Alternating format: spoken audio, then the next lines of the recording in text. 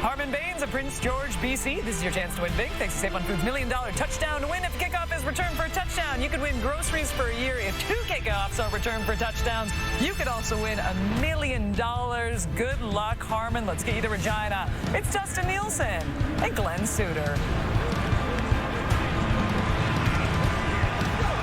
The 2025 CFL regular season wraps up on a beautiful Saturday at Mosaic Stadium in Regina with the third meeting of the year between the Lions and the Roughriders. The road to the Grey Cup through the West will run through Regina. We know that. But there's a lot on the line here for the BC Lions, and Nathan Rourke has them firing on all cylinders. Yes, he does. He's 78 yards away from becoming the first Canadian quarterback to throw for over 5,000 yards. Should get that early in the quarter. He's at 4,922 and averaging over 300 yards per game. Yes, he's the hottest quarterback in the league. Across the other side, lots of discussion and debate over the rest versus rust discussion when it comes to Trevor Harris playing tonight. 4,500 yards passing on the season. He will go because he makes the decision. Corey Mace, 12-5 on the year, 6-2 at home, 5-4 versus the West. And on the other side, Buck Pierce has his team rolling right now. With a win, they will host the West semifinal. They have won 5 in a row. They won the coin toss. They want the football. They will get the football to get us started. If the BC Lions are able to get it done here tonight, West semifinal locked and loaded for the West Coast. And we know this 12-win Riders team is 1 win away, a home win away from a trip to the Grey Cup. Let's wrap up the regular season with a good one here at Mosaic. We are underway, and this will be taken by McGee. To the 20, now to the 30, takes some contact and stumbles just outside the 30. And our first look at Nathan Rourke today. Rourke's record on the season, 10-5. Of course, the Lions at 10-7. 2 starts by Jeremiah Mazzoli when Rourke was down, but 10-5. Face mask, Saskatchewan number 47. We'll go up 15 yards. It's going to be first down for BC. Early penalty on Saskatchewan, and Nathan Rourke, though, his record against Saskatchewan, 2-3. Those 2 wins back in 2022 for Nathan Rourke. Face mask penalty on the return. Aubrey Miller, the guilty party, moves the Lions offense that needs no help recently, pretty much the entire year. This is a group that averages over 31 points per game. They will start the game on their own 47. Butler in to the right of Rourke. Rourke wants to throw down the field, drops it in there to Eberhardt, and Eberhardt's down to the 20, trying to get to the 10, a stiff arm and a touchdown. Oh my goodness, what a start. The Lions kick it off with a bang. Eberhardt from Rourke, and they're up 6-0 early.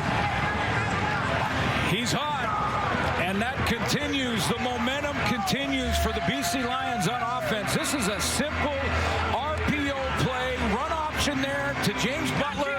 He sees Eberhardt down the sideline, and goodbye. I mean, this is DeMarcus Fields with a half-speed effort almost to try and push him out of bounds. Didn't get it done, and he scores in the very first play of this game. We told you the BC Lions offense has been rolling.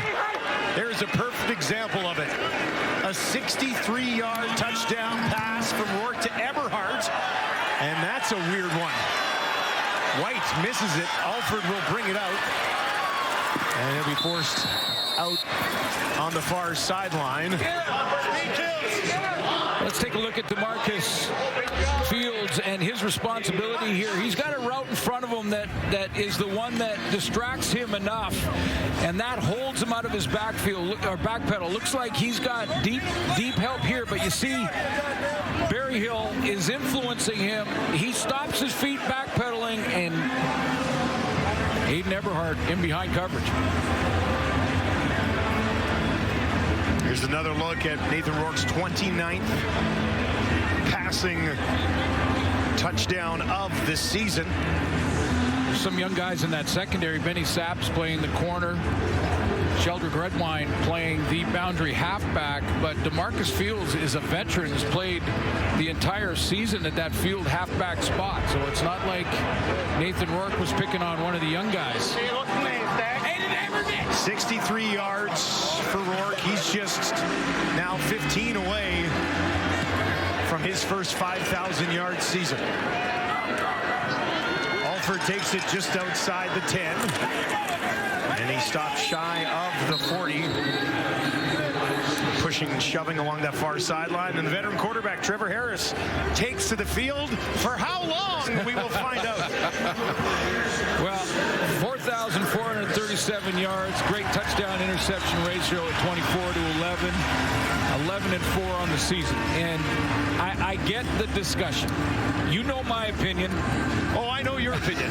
I don't think Trevor Harris should be out there in a game that doesn't change no matter what happens in the standings for Saskatchewan. They are first, and that is locked up. But coach makes the decision. He's out there. And he's throwing. Finds Tommy Neal. Breaks a tackle. Pushes it ahead. And he'll be spotted about a yard short. Let's take a look at this Riders offense. Well, it's that time of year, award time of year. Outstanding rookie nominee for Saskatchewan is Peyton Collins on the one tackle spot. Jamarcus Hardrick at the other is the outstanding offensive lineman nominee. A.J. Ouellette, one of the veterans that is starting in the sort of receiving core skilled positions on offense. They are going to play with A.J. Ouellette. How long, we don't know, but we'll see. And then a lot of their starting receivers like Emelis, Keyshawn Johnson, Deontay Myers, all rested.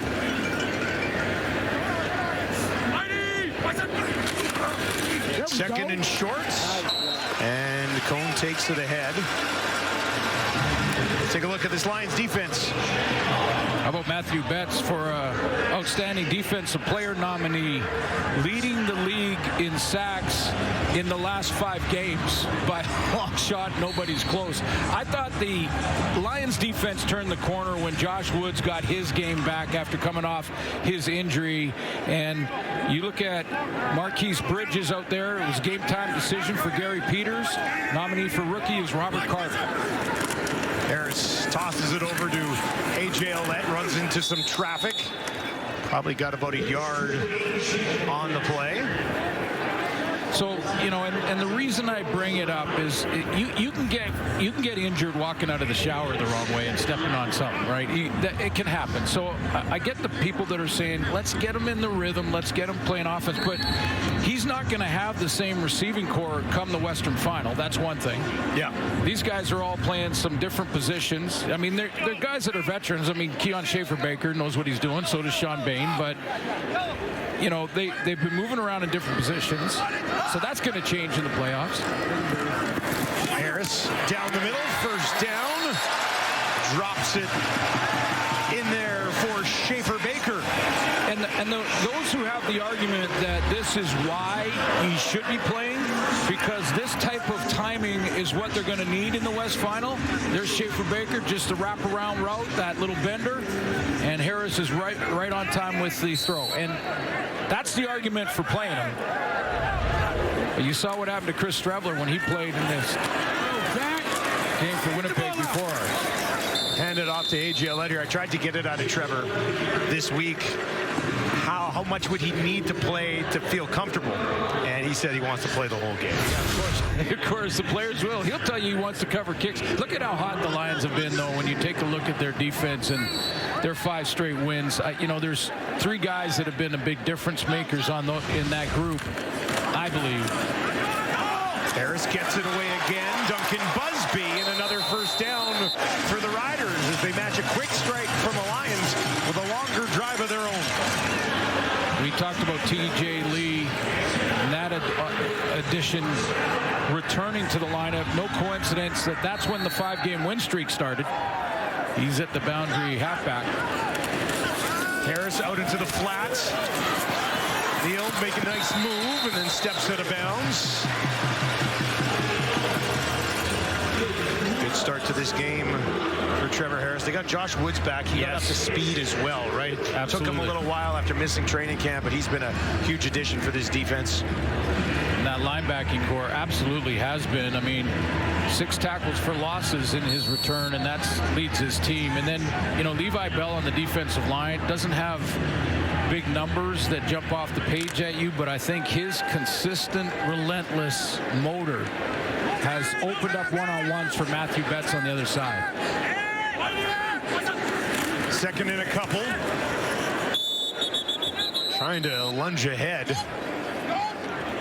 I don't think that's going to be enough. That'll bring up third down. Jack Cohen watching over to his coach. Will they attempt to push it ahead one more time? Jack Cohen got some playing time last week when Trevor Harris did not play in that game. Started Jake Mayer. Jake Mayer played basically 3 quarters, and then they handed the rest of the game over to Jack Cohen. All right, so Cohen lines up again. Trying to find a first down here. Can he get the space? He does. A little lunge. And that will be enough. And this Riders drive here in the first quarter will continue. Cohen been around the organization for a little while now and found a role for himself on this team. You know, this is an important game, though, for guys like Keon Schaefer-Baker, who's been on and off the injured list all season long. Joe, who's going to get a lot of playing time. Whomever's playing quarterback. You know, these receivers need to get back in their groove. First and 10 just inside the red zone for the Riders. A.J. Allen will take it right up the middle, rumbling down inside the 10. And it'll be second and short. And we mentioned this is a big game for the BC Lions. Take us through it here, Suits. Okay, the BC Lions win. They host the semifinal. If this game ends in a tie, which could happen, then Calgary will host the semifinal. If the Lions lose this game tonight, they'll cross over to the East. That's it. Simple now. Yeah. A lot easier to get through than what we had yesterday. Back on the ground with A.J. Olette. And that'll set up a first and goal from the 6. So that's BC knows. Yeah. You want a home playoff date? Win this game. And, you know, for any team, I think home field is so important in football. It just is. You know, even crowd noise when the opposing offense is on the field can, you know, it can draw a couple of procedure calls in a game, and it can be the difference.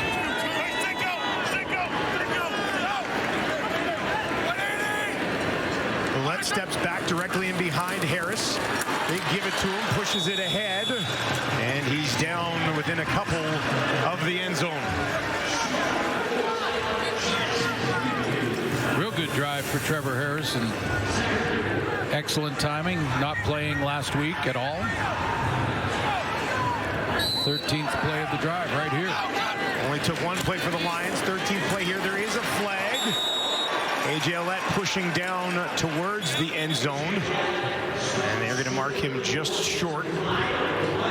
See which side of the line this penalty is on. A bit of a late. BC Lions were trying to make some substitutions and were a little late on it. But the official, before he blows it in, waits for both teams to substitute. Offside, BC, number 96. Will go up half the distance. It's going to be first down for Saskatchewan at the 1-yard line. First and goal from the 1. Cohen back into the game here for the Riders.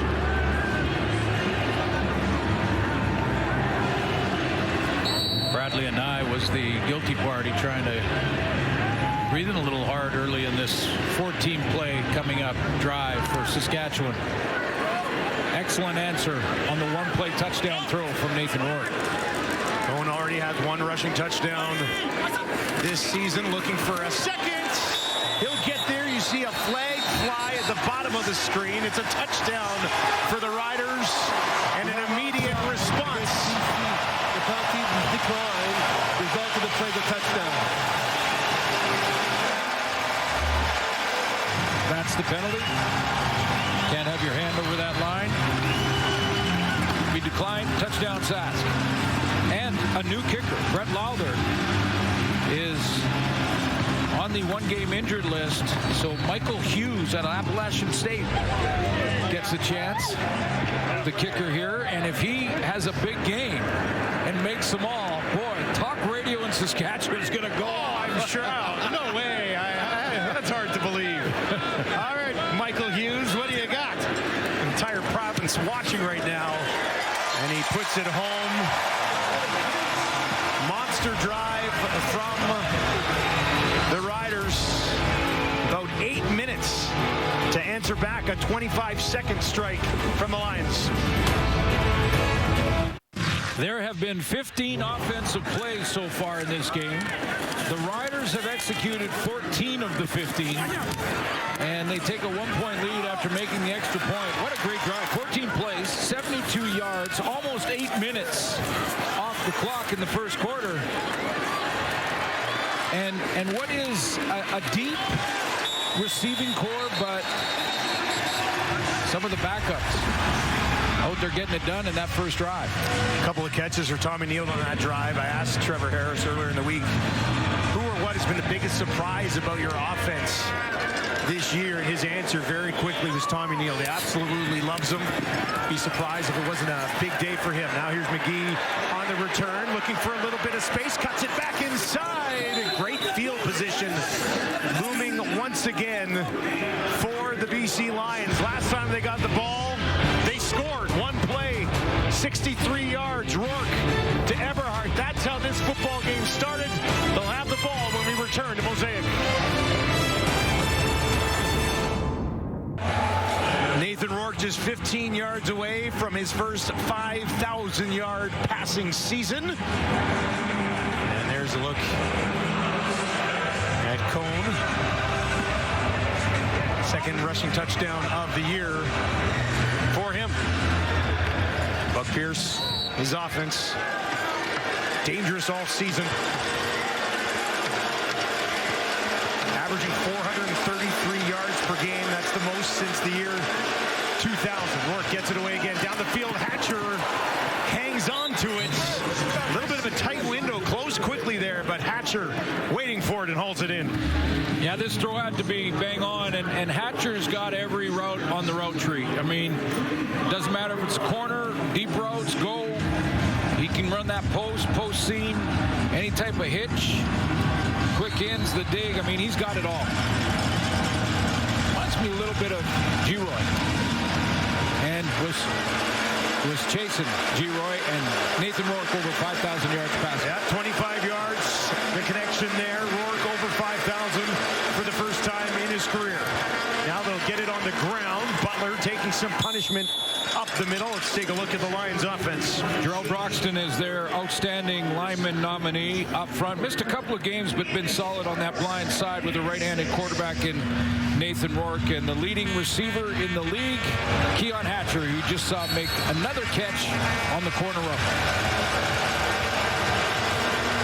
Hatcher McInnes came into this game combined 176 yards shy of 3,000 on the year. Would be just the second duel in Lions history to hit that mark. 2nd and 6 here for Rourke.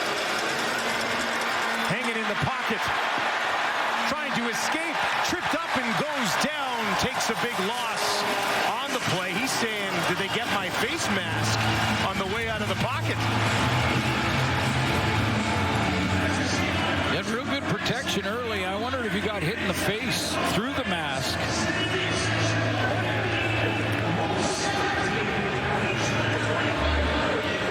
That's Malik Carney. He's the guy who comes off the edge. And does he get his hand? Yeah, right across. Yeah, he did. Across the face mask. No call. Sean White, this will be his longest of the year. From just inside 50, that is up, and it is through. So a deep shot from Sean White, and BC goes on top, 9-7. Here's another look at Rourke. Definitely contact there as he tried to escape the pocket.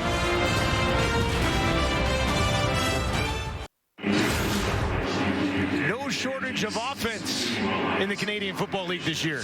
No, and that's nice trends. Arrow up on all of those. I like that one at the bottom, and that's part of the timing of the final 3 minutes of Canadian football that allows for that opportunity. You can come back from down 2 scores, sometimes down 3 possessions, and in the final 3 minutes come back and win a game.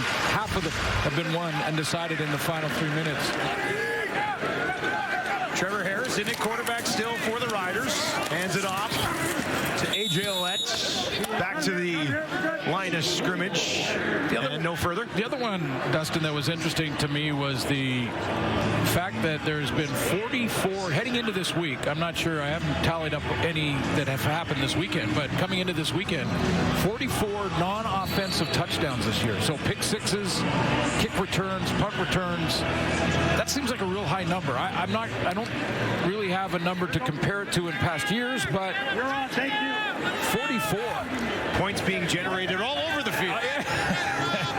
It feels like there's been a lot of pick sixes this year. Harris gets that one away quickly, and it's held on to for a first down.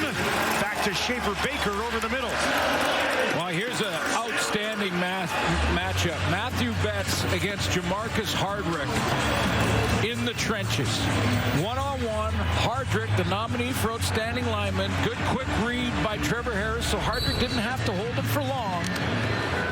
And that's what Trevor Harris, that's why he's frustrating to defensive linemen, partly because he's got those big guys up front, but those quick decisions by Trevor Harris. Both of these quarterbacks today waste no time in the pocket. Now they'll hand it off to A.J. Ouellette. Got around the edge. Took a big blow at the 50. Did he ever? I think that was Jackson Finley, who comes up from the safety spot, has started 3 straight games. He's getting involved in run support on A.J. Ouellette, who's a truck coming through there. T.J. Lee, look at that. Jackson Finley steps into it. A pick in all 3 games. I was going to say, interceptions. It is first 3 starts. Probably more enjoyable than that last collision. T.J. Lee closing quickly there. Schaefer Baker able to hang on. The veteran was sniffing one out, wasn't he? Oh, he was looking at it. That's what you're talking about right now. He read the throwing motion of Harris. Look how quickly he releases his ball and he jumps it. And then at the last second, he thought, you know, I'm not sure if I can get there, so I better corral the receiver in Schaefer Baker. Team leading 3rd tackle of the game. He and Deontay Williams both with 3 already in this one. 1st and 10 for the Riders on that BC 43. Harris looking to throw. Dumps it off to A.J. Ouellette. Woods tracking him down. A.J. trying to reach out. To be marked about a yard short. He'll argue the spot. You know, I think Josh Woods may have misread the speed of A.J. Ouellette and maybe didn't give him enough credit for the speed, because he kind of cut under and looked like he might have been able to tackle him well short of that marker.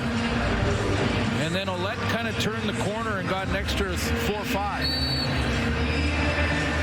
Maybe underestimated his speed a little bit. Cone back into the game here. 2nd and short. Final minute, opening quarter. Pretty good one so far. Cone busting through. Takes it down to the 20. A nice pickup from Cone for the Riders. And they're on the edge of the red zone once again. Well, with Tommy Stevens on the IR, this is a role that Jack Cone can take over, and he looks like he's taking the same kind of pride in this role as Tommy Stevens did. Tommy Stevens watching, proudly nodding right now. Yes. That's my guy. That's my guy. To the Tommy Stevens short yardage school.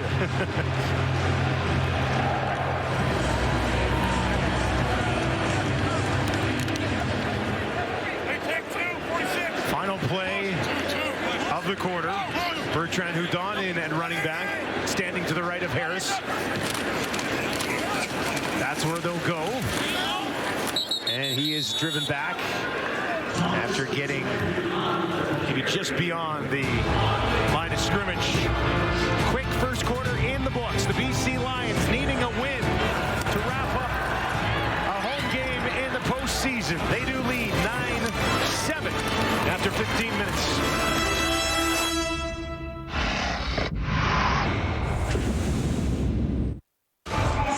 Second quarter just around the corner here in Regina as the Lions leading 9-7. We've seen Trevor Harris pretty efficient so far in this one. Yeah, and then the question is how much longer will we see Trevor Harris? That he finishes this drive. Will that be it? We'll see what Corey Mace decides there. I thought great balance in the first quarter for Saskatchewan in the run and pass game, and that's one thing that BC hasn't done is run the ball much. They've got second leading rusher in the league and James Butler in the backfield, and I guess when you make one pass that goes for a touchdown, the running game becomes secondary. But well, Nathan Rourke is 2 for 2 for 88 yards, and Trevor Harris 7 for 7. So the two quarterbacks have not missed one yet.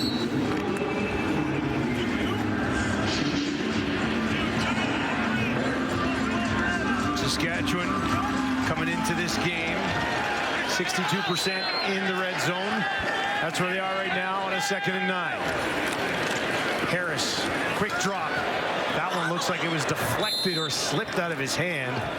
And that will bring up 3rd down and another opportunity to see 22-year-old Michael Hughes with a field goal attempt.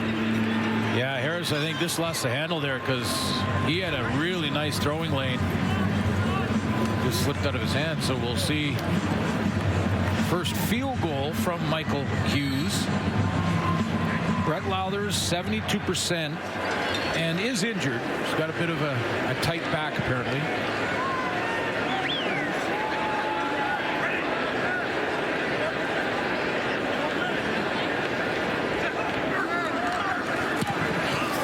And that one is hammered through into Pill Country.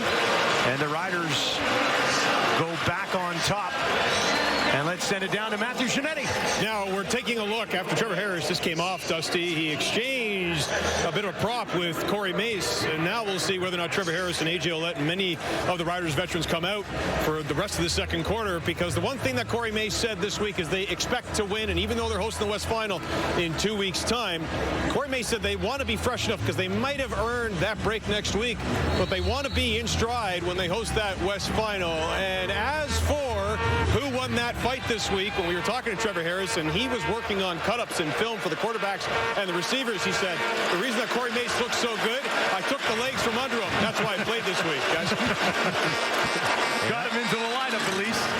Now down the field, and Rourke drops in another one, this time to Justin McInnes. And another big pickup through the air for Nathan Rourke. Yeah, Justin McInnes here is in that slot back spot. And again, another bender route here. Nice timing on the throw. And watch how he protects himself at the end. Reaches with that great catch radius. Well, handed off this time. Rourke has started 3 of 3 for 116 yards. His completions 63, 28, and 25. Well, this is a favorite graphic, really, to see the great Canadian Russ Jackson.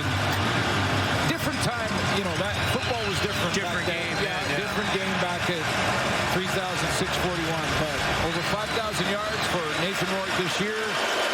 Outstanding player and outstanding Canadian nominee for the Lions. 2nd and 11 here. Riders are bringing a little bit of pressure. Rourke feels it. He's in trouble. Can he escape? No. They'll take him down at the 50. We've seen him avoid traffic in the most difficult of situations, but too overwhelming that time. Well, and it's real disciplined pass rush lanes here to collapse the pocket, not get into one-on-ones. They'll add in A.J. Allen, who eats up that block from James Butler, but that pocket collapsed together, not allowing an escape lane for Nathan Rourke, the leading rusher at the quarterback position in the league this year. 2 sacks already today for the Riders. BC BC, first in the league, only giving up 18 all year coming into this one. This kick down into the end zone. Alford will grab it and take a knee. And we are tied at 10, early second quarter. Rourke under pressure. And the Riders defense, Baldonado, Saad eventually get there.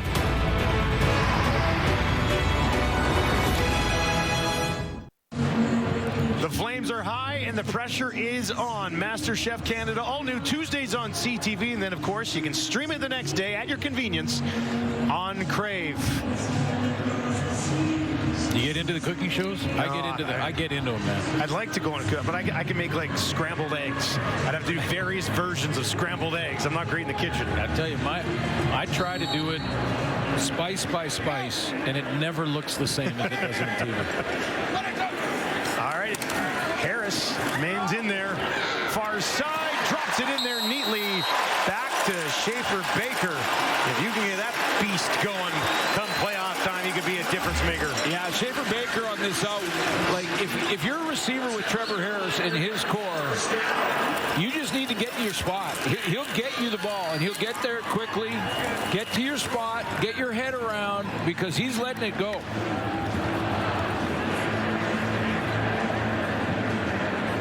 I'll take a little drink of that. Got an orange Gatorade there, I'm sure. It's on the BC Lions sideline. Schaefer Baker feeling it. Coming into this game, obviously missing the majority of the season due to injury. He caught 9 of 11 targets, just over 108 yards. But with the guys that aren't playing today, probably the most dangerous weapon on the field here for Harris, and Harris has targeted him 4 times already in this one. Yeah, started the first game, was injured in that game, and lost 13 games on the injured list. So the majority of the season, that's why this game is important for him. Joe came back from his NFL tryout. You know, he's still trying to get his feet underneath him. These are veteran guys, but that haven't played a lot this year, and this is an important sort of tune-up for the playoffs. Yeah, you're looking to get targets when for most of the year it's been Myers and it's been Keyshawn Johnson, exactly, who've both become very reliable go-to guys for Harris. So a big opportunity here for Schaefer Baker to work himself back into the mix. Hand it off to AJ Ouellette. Took about 3 or 4 blows, spinning it ahead for a couple of yards. One last thing on Trevor continuing to play here into the second quarter. As long as he's playing, their starting O-line, or as close to it as they can get, has to play. And so does AJ Ouellette. And that's just in the protection world. Pass protection. 2nd and 8 for Harris. Throwing down here, over the middle again, and hauled in again. Oh, have yourself a game, Schaefer Baker. Yes, a confident Keon Schaefer Baker in the Western Final, right over the middle here, is important for this football team. Get a couple of the other starters like Sam Elmelis back in the lineup, and it's a dangerous core. It's another big catch and a huge block by Ouellette. And they'll give it to Ouellette. Woods, Hendricks, you know, on that stop after a 4-yard gain.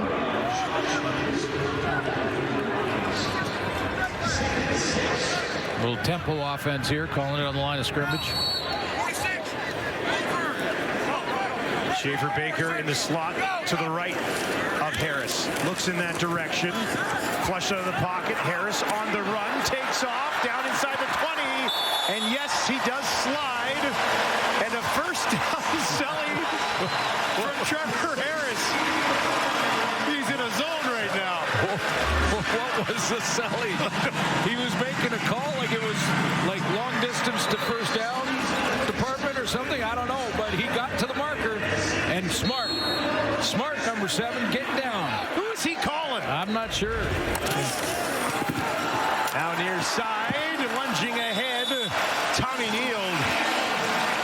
3rd catch of the ball game. And a first down for the Riders.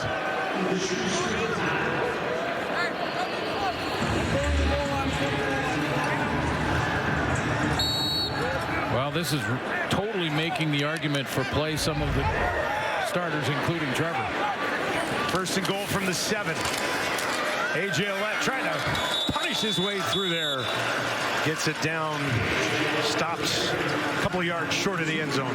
Mark Mueller is calling the plays upstairs, and already heard rumblings and some discussions on if something changes in Ottawa, which it did over the last couple of days in the firing of Bob Dice, would Mark Mueller be a candidate?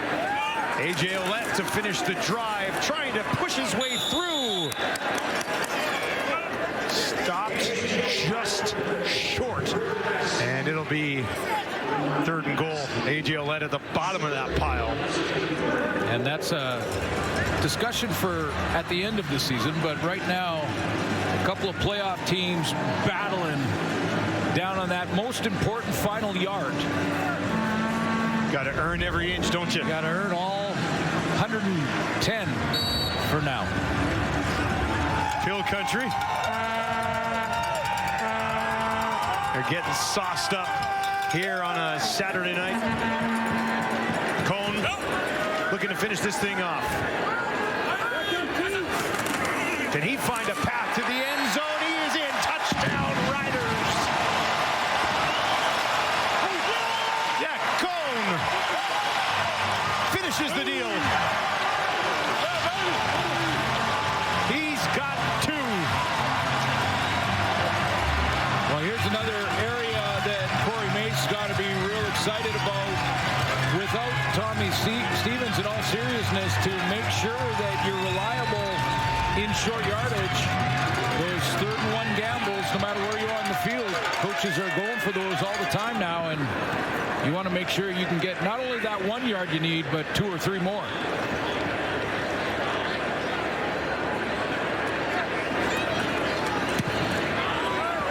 And that one powered through by Michael Hughes.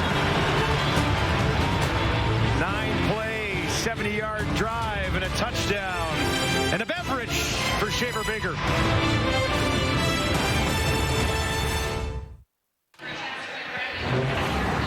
Well, the Saskatchewan Roughriders, led by Trevor Harris in this game, have put together a 14-play touchdown drive that lasted almost 8 minutes, and now just executed a 9-play, 70-yard drive that was over 4 minutes long in this quarter. Their time of possession, they're starting to eat it up in a big way. And when you take a look at the pocket and the quick reads from Trevor Harris, he has not been hit back there. 1 run, he took off and hook slid. Pyramiding penalty called on the Lions as the Riders kicking this off from the 40. That's all the way through the end zone. Tack on another one. Saskatchewan on top, 18-10. And look at this, a perfect Saturday in Regina. Welcome back to Mosaic. Let's flash it back to last week. Nathan Rourke making some history suits. Yeah, 70-yard run against the Edmonton Elks was the longest run by a Lion quarterback in the history of the franchise. 70-yard run, and what was amazing about it for me was at the end of it, with about, 30 yards to go, Tyrell Ford, who was like a 4-3, 4-2 guy, couldn't catch him. He was moving. He was scooting, no doubt about it. Longest run by any BC Lion in 22 years. Rourke looking for Eberhardt. He hangs on to it. The contact was there, but he's able to haul it in. That's another aspect of Nathan Rourke's game is his ability to run the football. And you mentioned that he is the leading rusher at the quarterback position in the league, 559 yards, and has also added 10 touchdown runs. I mean, Yeah. and we're not talking 1 yard, short yardage touchdowns. This is just the 9th offensive play of the game for the Lions. Riders have had 30 already. 18-10, the home side leads. They'll hand it off. This is Horvath in the game. And he pushes it ahead just short. But that's that point you made about the play differential. Yeah. That's significant. And right now the Lions need to just put the drive together. Stay on the field, put a drive together, give their defense a little bit of a rest. Time of possession right now, 16:45 for the Riders. 10 minutes more than the Lions. Jeremiah Mazzoli into the game. 3rd and inches, does not need much. And he's got enough, no doubt about it. Penalty is usually defense lining up offside, which I think it is this time. Saskatchewan defensive line. The 5-yard penalty makes it a first down for BC. Pretty good night for the quarterback so far. Trevor Harris is 10 of 11. Nathan Rourke 4 of 4 for 123 yards and a touchdown. Not surprising, but the Saskatchewan offense looks great. It really does. With great balance, got the run game going. I'd have to say in the offseason they should probably move on from Myers and Keyshawn Johnson. I'm kidding, everyone. Yeah. But it looks extremely efficient so far tonight as those guys get some rest before locking in for the West Final here at Mosaic. Rourke looks to his right. That's where he throws, and that's intercepted. Taken away. Lacombo's got it. His first of this season. Steps in underneath that pass and says, "Thank you very much, Mr. Rourke." Had a couple of seam routes there. Nathan Rourke has a couple of seam routes here. He's got one here and he's got one on the inside. And Nelson Lacombo just slides over, reads his throwing motion, and takes it away. This is the one he wants to get it to. McInnes is, I'm not sure if there was just indecision between that bender route to McInnes or Eberhard over the top on the seam route. Nelson Lacombo slides in there and says, "Thank you, I'll take my first interception of the season." First of his career in over 50 games, Lacombo finally took one away. 5 knockdowns this year.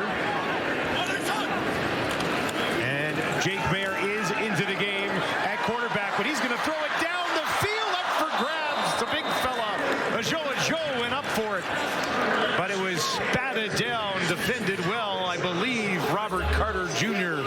in the mix there. Yeah, Robert Carter Jr., you see him opening up and he sees the go route. Now, Joe's got a step, but how many times has Robert Carter Jr. said, "Go ahead and think that you're open. That's fine. But I'm going to elevate when the ball arrives and jump about." Like he's jumping over the rim there. I mean, he's 5'9". We know he's got ups. Yeah. But he's 5'9". Joe's got 6 inches on him. And Robert Carter Jr. makes the play. 2nd and 10 for Jake Mayer. Gets that one away, and it's picked. Who else? Finley. 4 in 4 games. What a start for this Canadian kid. Takes it again and keeps the streak alive. Lions answer right back. Playing too deep. It's basically a 2-man concept. Here's Finley. He's a deep guy, so they're man-to-man underneath with over-the-top help. And Finley's just waiting. He's reading Jake Mayer. He sees the throw, and it's an overthrow to a Joe. You overthrow against 2-man, it's going back the other way. 4 interceptions, 1 in each of his 4 games for Jackson Finley. That's incredible. I like the hit in the run game, too. Start this game. That was on A.J. Ouellette. So Jake Mayer comes in 0 for 2 and an interception. Rourke throwing quickly, finds Hatcher. He's got a first down, lunges ahead inside the 35 with just over 4 minutes remaining here in the half. So if you're a Lions fan, you're going, what's going on with the offense here? They're not getting their traction. This is how you do it. You go right back to the leading receiver in the league. The 2 top guys, Kenny Lawler out there in Hamilton and Keon Hatcher in Vancouver. Remember last week against Edmonton, the first half, the Edmonton defense did a pretty nice job against the BC offense, and then in the second half, they exploded. Yeah, they really got going late in that second quarter. Rourke finds his running back Butler, makes 1 man miss, takes it down to the 10 before he's ganged being tackled by the Riders defense, but the Lions marching after that Finley interception. You see how quickly Nathan Rourke throws this push route to the flat. There's James Butler. He's going to push to the flat. How many times have we seen quarterbacks, even veteran guys, wait until the receiver's way over here, and by then the defense can gather and they can gang tackle. But in this one, he gives it to Butler immediately so he can make a move on Tavon Campbell. First and goal from the Rider 9. Horvath in to the right of Rourke. They give it to him. Short pickup. Takes us inside 3 minutes in a pretty eventful and pretty entertaining first half at Mosaic. Halftime coming up. We'll break down this game. We'll look back to the game that was, and also we're going to award a game ball to the best panelist today. Tavares Daniels, this is going to you, man. Congratulations on your game ball. You earned it. Yeah, you earned your game ball. You earned the game ball. I'm going to keep this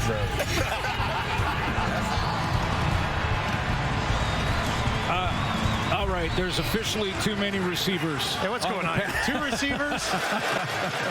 Good job. Balls to go around. Nice job, Tavares. Thanks for helping us out. Second and goal for Rourke. He'll clear it out this time. Nathan in trouble. Gets it away. Too high for the intended target. He was looking for McInnes to his left. And that will bring up third down, and Sean White will come out for a chip shot. Looked like Nathan Rourke was looking to the field. And this is always easy to do after the fact. And, you know, it's a little different when you're out there and feels like there's guys trying to rip your head off. But Hatcher looked like he had some room on that corner route, that shallow corner. But that pocket collapsed on Rourke. Sean White came into this game 94.9% on the year. That's a no-doubter. And he's 2 for 2 on field goal attempts tonight. All right, let's send it back down to Matthew Giannetti. Now, the one thing when you take a look at the Lions sidelines is there's a lot to play for tonight.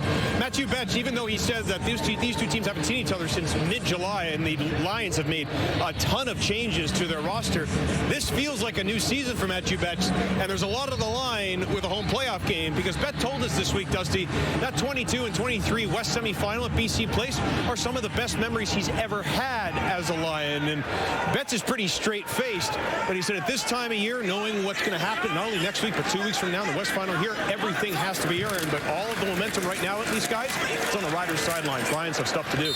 Lions do have to get going, no doubt about that. Shout out to Matt Giannetti for that walk and talk in the pregame. Nobody does it better. Classic. Yeah, this is the West semifinal that Matthew was talking about a couple of years ago, and great game that he had. I mean, you take a look at his production over the last five games. Just off the charts great. And the nominee. BC's defense has not given up more than 27 in their last 5 games. Already have surrendered 18 to the Riders in this one. There's a Joe from Jake Mayer. First down, takes it just inside the Lion 50. Yeah, that's a lot of what Joe did when, you know, before he went down to his NFL tryout. He was, you know, that big stride and strong runner. I mean, you have to tackle him. You better wrap him up, maybe get 2 or 3 hats to him, because he'll make you miss, but he's so strong in that lower body. It's a mismatch. It's a mismatch. Physical mismatch for sure. Bertrand Houdon takes the handoff from Mayer. Betts, among others, trying to battle in there on the tackle. So let's take a look at the outstanding defensive player nominee for the Lions. And it's not just the sacks that have been impressive in the back half of the season. Look at how technically sound he is. He got square to the line of scrimmage so that if that ball is pulled by Jake Mayer, he can redirect and get to the quarterback. But if it's a handoff inside, which it was, you can react to that and get involved.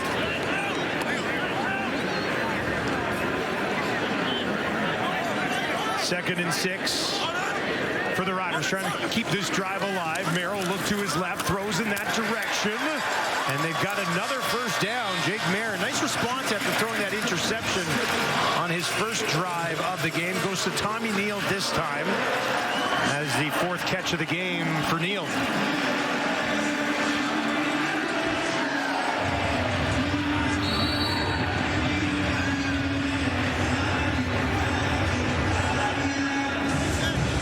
Excellent first half for the Riders so far, and a big game for the BC Lions. They lose this game, and they're crossing over. They win it. It's a home playoff date. Right now, they trail by 5. Mayer quickly finds a target. Duncan Busby takes it down, and might be just short of a Saskatchewan first. Well, you know, and remember, Jake Mayer, one of his starts was against the BC Lions. He's 1-1 when he started for Trevor Harris this season, and one of them was against the Lions. Ball pops out here, and the BC Lions are on it. They got it. They left Jake Mayer in the game for the short yardage situation, and it looks like he bobbled that ball as he tried to take it to the left. Let's give you another look at it. Well, let's take a look, make sure he did in fact lose the handle. Yeah, it was right at the exchange from center, and there it is, loose on the floor. And when you're hustling on the backside and you're around the ball, you're just relentlessly after the football like Matthew Betts is, good things happen. So the BC Lions defense takes advantage of a bobble from Jake Mayer, usually in those situations. Tommy Stevens most of the year. Combs so far tonight. They leave Jake in there that time. Fails to execute. Rourke gets it with 40 seconds. They'll hand it off to Butler. He's got nowhere to go. Driven back by Micah Johnson and Aubrey Miller. Micah Johnson, and again another Michael Couture, the center for the BC Lions. 2 veterans battling to watch the bull rush. Johnson just, I'm just going to use this one right arm to stop this running play. Nathan Rourke's going to have to pull those a couple of times. Keep that defensive line honest. They're reacting quickly to the tailbacks. 2nd and 8 for Rourke. Gets it away. That's Katoy with 15 seconds on the clock. First down, BC. May not be enough time, but that was a smart play by Katoy. Just straight ahead, get the new set of downs, get another shot, and get back to the huddle, or to the line. Rourke over the middle. Hatcher pushing it ahead. Very close to another first down, and they will give it to him with 7 seconds on the clock. Probably be real efficient. They're going to try to work the sideline. They got Hatcher down here at the short side right here. Rourke dumps it off for Butler. One hands it, finds midfield, but that will do it.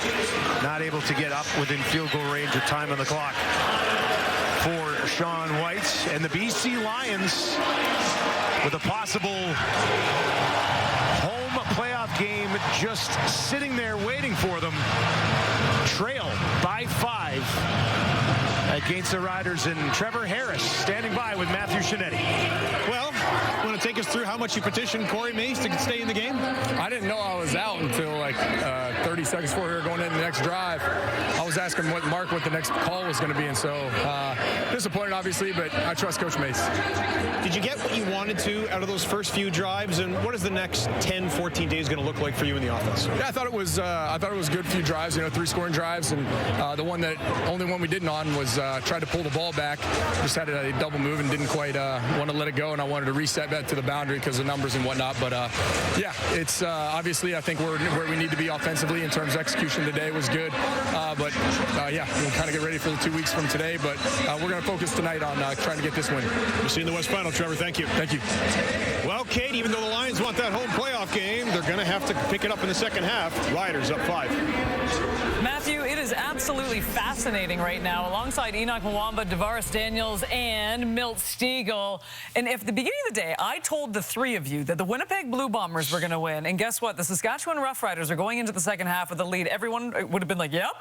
No, absolutely not. There's no way. And the fact that, honestly, the BC Lions at this point, a red-hot football team, they've won 5 straight, now are just half a football game away from potentially crossing over and going to Montreal is absolutely wild. Milt, the start for the BC Lions was great in this game. We looked at each other and we're like, okay, here it is. This is the way it's going to be. Time of possession, though, I mean, the Riders are just eating the clock at this point, and they've been absolutely great. What did you take away from the first half? Well, the Riders are saying mission accomplished. They wanted to get their main guys, their starters, Trevor Harris and A.J. Arlett, they wanted to get them some productive play, and that's exactly what happened. Trevor, 10 for 11, 112 yards. A.J., 11 carries, 43 yards. Also a nice catch out of the backfield. Also defensively, they were able to get after Rourke for a couple of sacks. So this team, yes, they want to win this game, but I don't think they're too concerned with that. Their concern was making sure those guys who are going to have close to 2 weeks off got some run, got hit, made some plays. So when they go into the West Final, their confidence is up. For these BC Lions, though, they better come out and play in the second half. Like I said earlier, they do not want to cross over, have to travel across country and face the Montreal Alouettes to make it to the East Final. They don't want to do that. Not at all. And I love the way that the Saskatchewan Roughriders came out tonight, pounding the rock. You got A.J. Alouette running the ball downhill, sending the message loud and clear on how this playoff run is going to go. If I'm BC, the last thing you want is to take a 5-hour flight over to Montreal and have to play in that environment and in front of that crowd with that team, too, against a great quarterback and Davis Alexander as well. So, you know, BC has their work cut out for them in the second half. I'm interested to see how they come out and see if they can get the job done. Yeah, and again, you mentioned, Mill, this is mission accomplished. The main guys did their role, they played their role, and right now they have to be confident if they have to encounter this team, whether it's BC crossing over and they meet in the Grey Cup or in the Western Final. They have a lot of confidence going into his guys. Corey Mace is going to put on the film and say, this is what we did to them. They were trying to win the game, and this is what we did to them. But I'm actually very impressed by some of the other guys, the supporting cast. I'm looking at Habakkuk Baldonado, who had one of the sacks. He's a guy that they were very high on, didn't really show up too much in the beginning of the season, but he's coming into his own. And then Nelson Locombo, he's a guy who missed a lot of time and comes back in and gets an interception as well. He's playing very confident right now.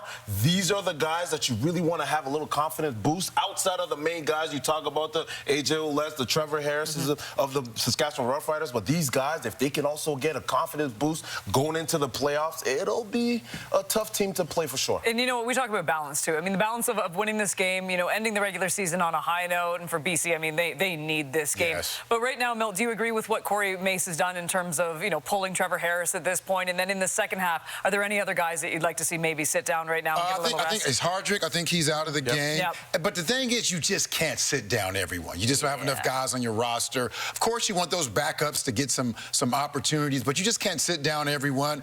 You don't want to sit. You only have, what, a couple of extra offensive linemen, a DB here or there. So there's some guys who have to play the entire game. But their main guys, Trevor Harris, as long as he's out, as long as he's not injured, A.J. Ouellette, Hardrick, maybe those guys, you have an opportunity. So those guys are out of the game. They played well. So I think Corey Mace is happy with what's going on. Yeah. I think everyone's happy with what's going on right now. All right, we got an 18-13 ball game coming up after the break. We got the news on Bobby Dice in Ottawa and the highlights from the earlier games in Week 21.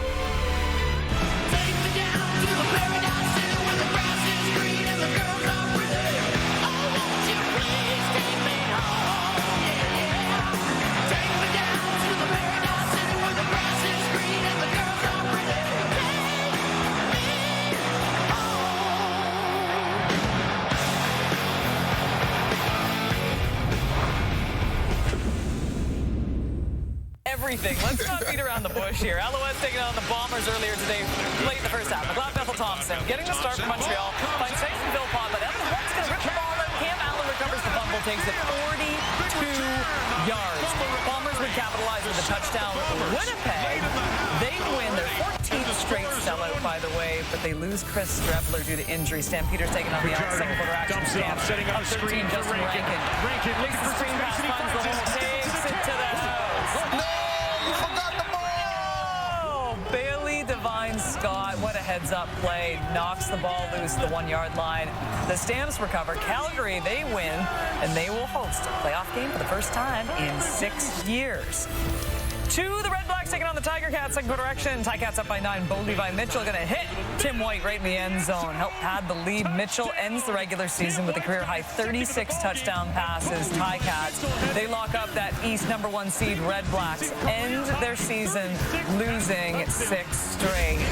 And we knew this was coming. Big changes in Ottawa. The Red Blacks announced today that they have relieved head coach Bobby Dice of his duties. Ottawa made the playoffs only once during Dice's tenure as head coach, which lasted 4 seasons. Their final year under Dice was one to forget, ending on a 6-game losing streak and finishing with a last-place record. I do know Bob has been in the business long enough and knows what we sign up for, just like I do. And, you know, all of us aren't happy with where we're at. It's not acceptable. If you're not ashamed to be 4-14 right now, there's a problem with you. And I'm really, like, it's hard for me to shake hands with the fans right now and look them in the eye, because they give us their money, they come here, they come watch us play, and we give them poor performances like that. So very frustrating, very disappointing, and yeah, I can't lie on that.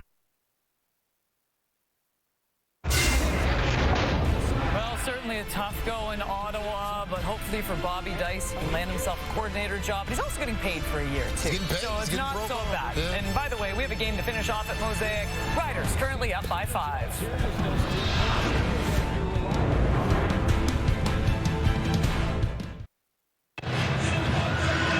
It is an absolutely gorgeous night at Mosaic Stadium in Regina, especially if you are a Riders fan so far. They lead 18-13 at home here. Yeah, the Saskatchewan's defense is containing the BC Lion run game. Just 11 yards rushing in that first half for James Butler, and real discipline in their pass rush. 2 sacks against Nathan Rourke. Aiden Eberhardt with a touchdown for the BC Lions. Standing by with Matt Shinetti.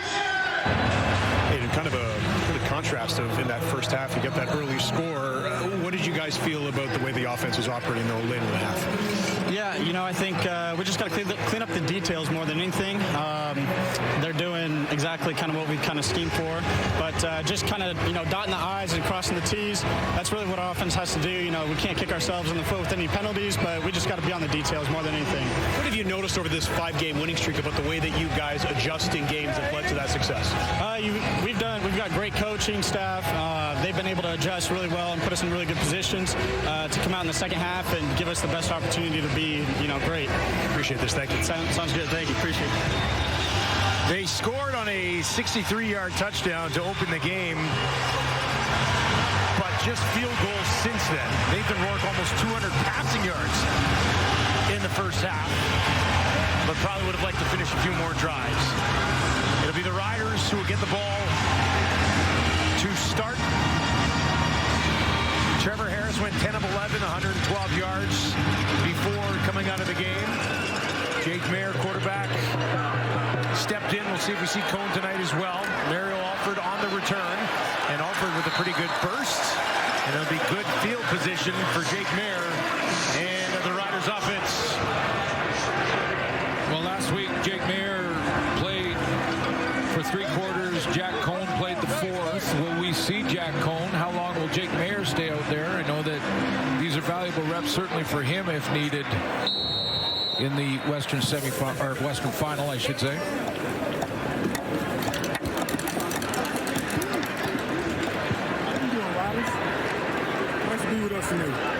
All right, Jake Mayer will start on his own 46. Out in the flat to Tommy Neal. Neal tracked down from behind, but a pretty good pickup on first down. Tackle made by Jackson Finley. Yeah, I remember you mentioned one of his starts against the BC Lions was the win. His numbers weren't great, Jake Mayer's, in that game. I mean, they were pedestrian. 13 of 23, 170 yards, a touchdown throw, and no interceptions. Second series out tonight. He did throw the pick to Jackson Finley.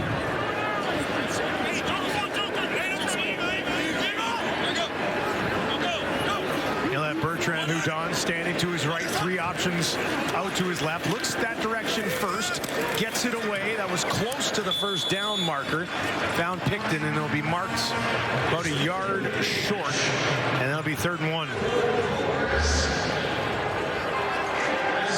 Picton getting some reps to that wide field. They just sit in the zone look, and Robert Carter Jr., who's got a couple of the most spectacular interceptions this year that you'll see, quickly closes. Jack Cohen back out onto the field on the 3rd and 1. We saw Jake at the end of the first half. Short yardage at 2nd and 1. He fumbled it. BC Lions took over, so they'll get Cohen back in here. He's about a yard right at midfield. And that is close. That is close. He was in trouble early, then got a push ahead. And with this spot right here, let's see where this ball is placed. Needed to get the 54, and that is not going to be there.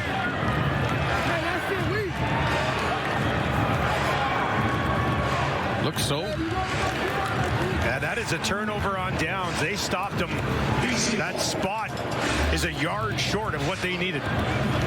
So confident and so strong in the first half in this short yardage formation. Who got the penetration early? It looked like not even close. It was Hayden Harris, number 48 for the Lions, who is going to knife in there. You see 48, he knifes in there, and then Mike Alway cleans it up, the leading tackler in the league.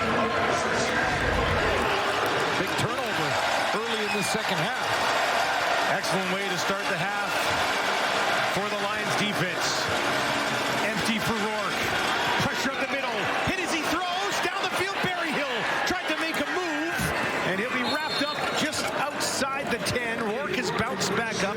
He's okay, and a big gainer here for the Lions. Yeah, pressure down the middle on Nathan Rourke, and he's going to pay the price. He's just waiting for a split second to get his wide receiver, Berryhill, open. He has that. Now it's a question of will the blitz get there before he can get it out of his hands. Berryhill is wide open along the sideline. I believe that was Caleb Sanders with the hit on Rourke. First catch of the game for Berryhill goes for 43 yards. 1st and 10 for the Lions here from the Rider 12. Rourke gets it away too high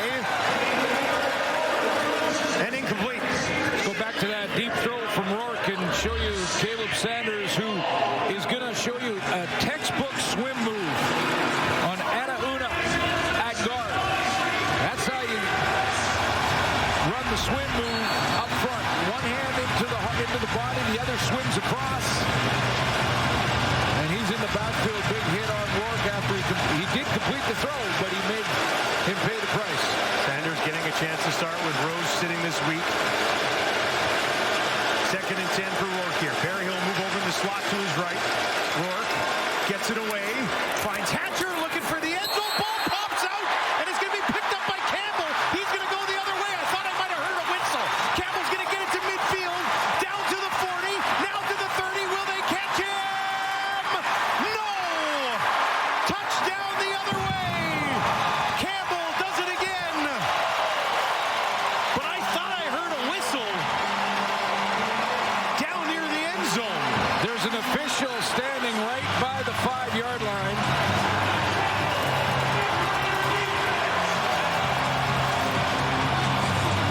Oh boy. Now this is going to be an interesting call, because I thought I heard something too. And did Hatcher cross the plane and it was a touchdown before the ball came out? Had an interesting one last night. And does that ball cross the plane when he reaches? Oh. When he reaches over his head, right? Get the freeze in a couple more frames. I don't know. Does that cross the plane? Does he still have control at that moment? Different look, different angle.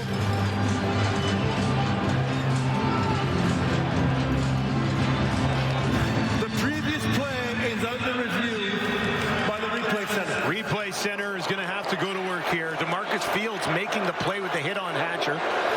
Campbell picks it up. He's gone the other way. Rourke almost tried to track him down. Got him, but just a yard too late. But let's see what the call is here. So much on the line for the BC Lions.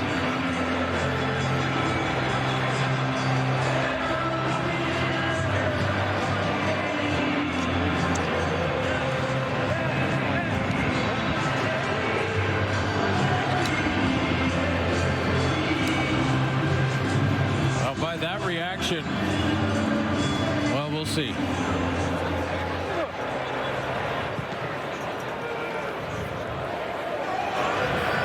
Upon automatic review by the replay center, we have a fumble that was recovered by Saskatchewan at the 3-yard line. However, since the play was whistled, we can't give Saskatchewan the ball beyond the 3-yard line. It's going to be first down Saskatchewan at the 3-yard line. So when the play was whistled, it's dead ball, ends the play. Be some discussion going back to last night's game about that, I'm sure. So it will be a fumble. And then the whistle that we said we heard is where the play will end.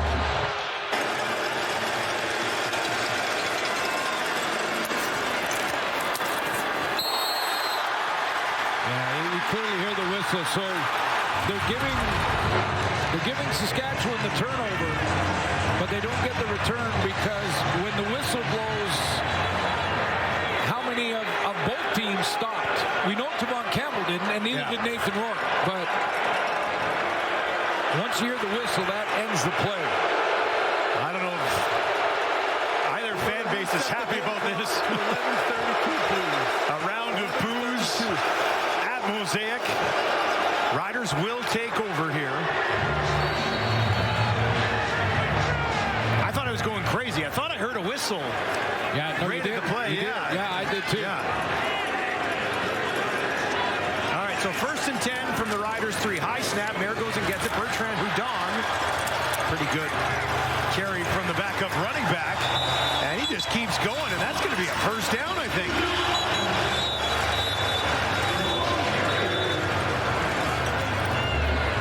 That was a great run.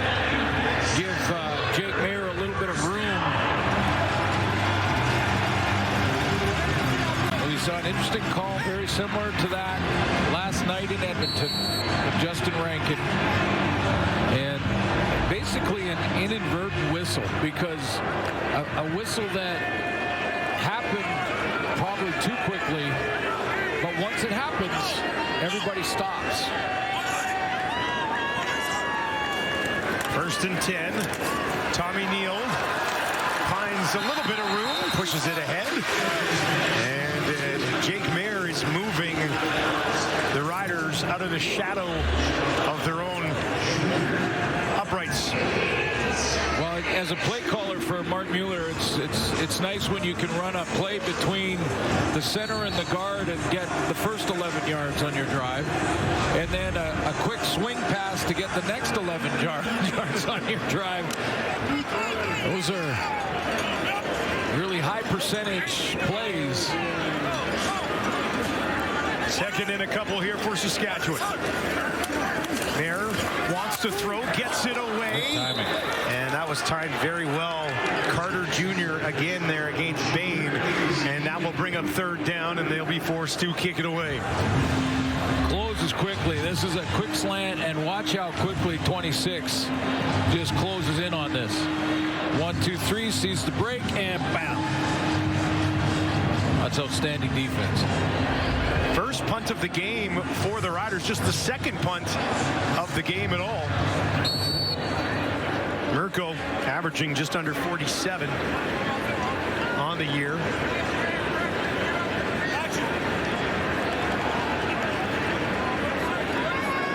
Over 5 minutes gone here in the final half of regular season action in the Canadian Football League. Low driving kick, spirals around. Bounces, picked up by McGee on the second hop. Gonna try to reverse it now. 7 McGee finds midfield, looks to the 45, near sideline, excellent return. And awesome field position for Nathan Rourke and the BC Lions offense. Stuck a little bit in neutral right now. They'll try to change that when we return to Mosaic.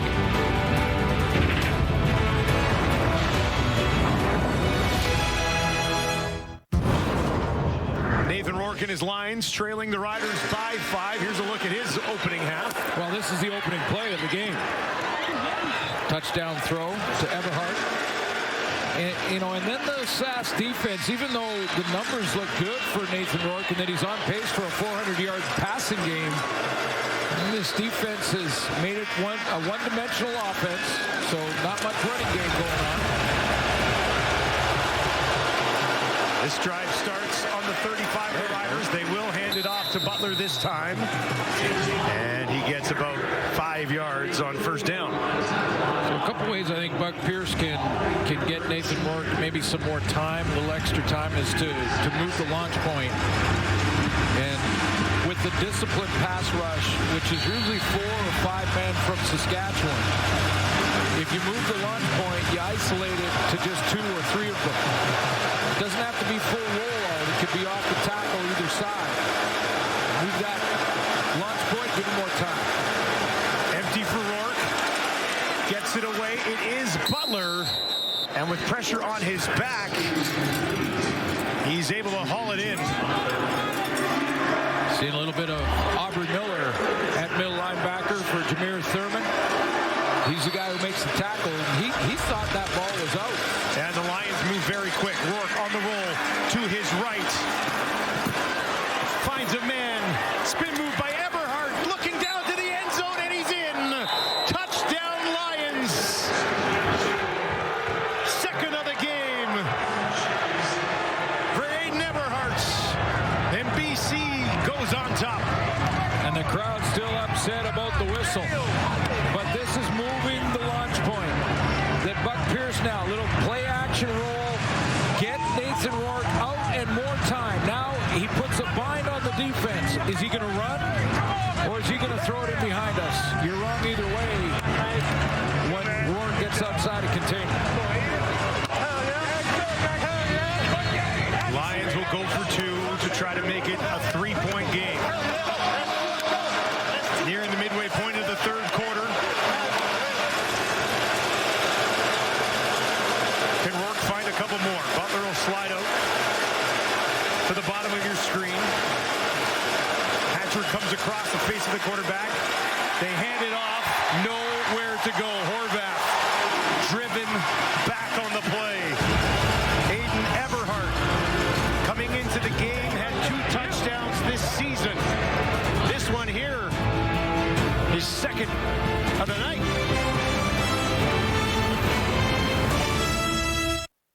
Boy, when Nathan Rourke gets outside of contain, you just put a bind on the defense where they have to make a quick decision. I'll show you the options that Rourke has once he's outside and has contained. Now he's got 3 options here. Pass here, or he can run if the defender comes up. And guess what happens? The defender has to make a decision. Do I stay on my receiver or do I come up on Rourke? He decides to come up on Rourke. He throws it behind him. If he stayed back on that receiver, Rourke runs. Here's Alford. Speaking of running, takes it out beyond the 40, but there is a flag about midway through that return. Chris Renee chatting with A.J. Allen on the Riders sideline. Good for A.J. Allen. You know, I mean, I'm not sure. Return holding. Saskatchewan number 96. It's a 10-yard penalty. It's going to be first down. TV timeout. We've got a 1-point game at Mosaic. Lions 19, Riders 18. Don't go anywhere.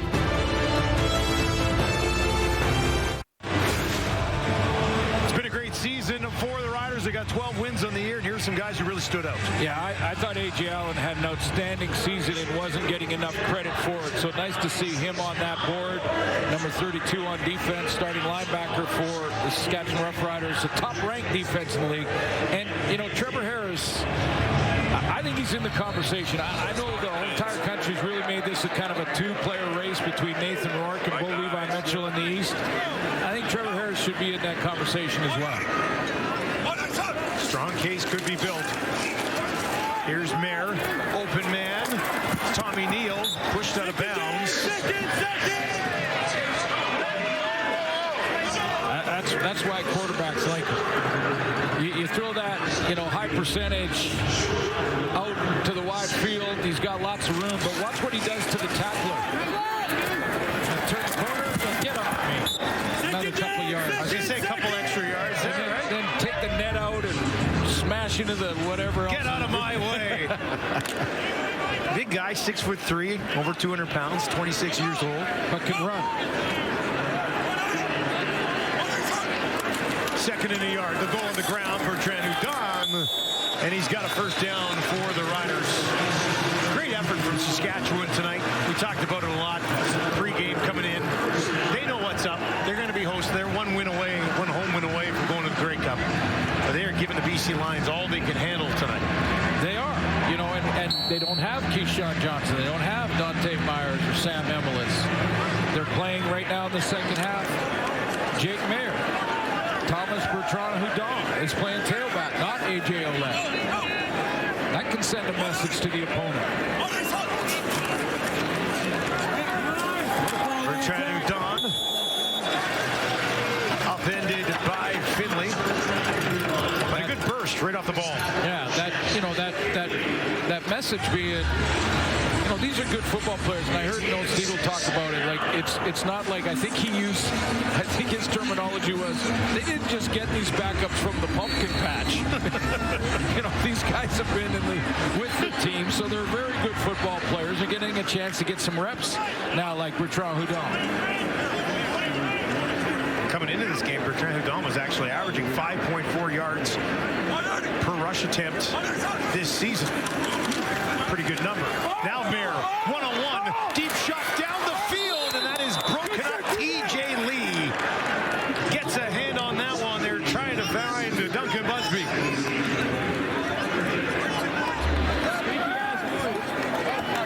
One-on-one matchup with T.J. Lee, the veteran, and watch the composure at the end. Duncan Busby's got a bit of a step, but he just waits, and as soon as he sees the hand, watch the right hand come from the bottom, straight up through the hands of the receiver. That's textbook. Textbook knockdown. It's almost like he's been doing it for a decade, eh? Mirko in to kick it away. Time ticking down to 5 minutes remaining in the third quarter. McGee waits back on his own 15. Has to slide over and back to his right. Bouncing around and eventually will be tackled at the 18-yard line. We will have more on Nathan Rourke with Matthew Shinetti when we return to Regina.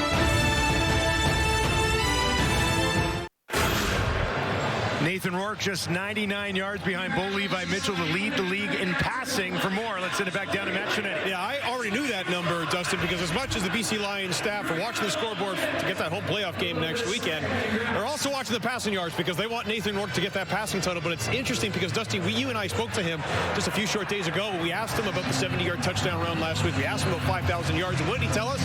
That stuff really isn't important to him. He was wearing his play call wristband because that's what Nathan Rourke always does. He's thinking about improvements. And when he looks around to the other side, the 27-year-old quarterback can look to the 39-year-old quarterback in Trevor Harris and also see that same kind of intent for the details as well. As we were talking to Trevor Harris over the week, he was cutting up film for his receivers and his quarterbacks. Listen, guys, the playoffs start next week.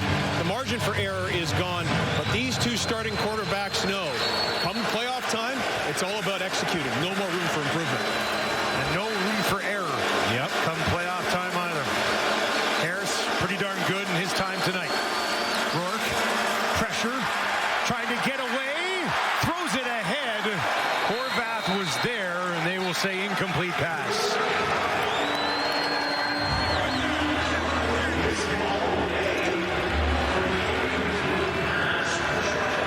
Look at the push from the top of your screen.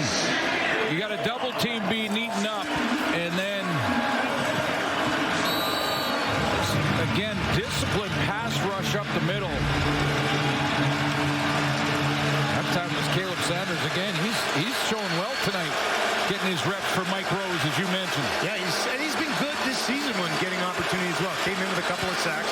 2nd and 10, work wanting to throw. Gets it away. Hatcher trying to escape, will not.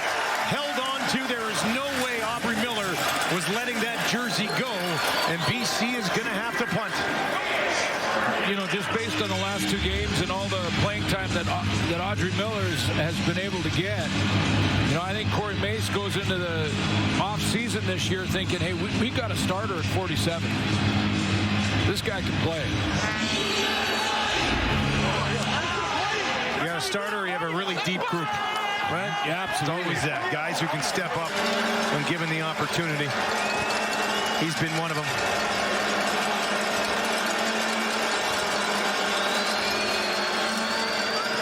Carl Meyer angles one. Will bounce it to 40. Alford takes it on the 2nd hop and is forced out of bounds immediately.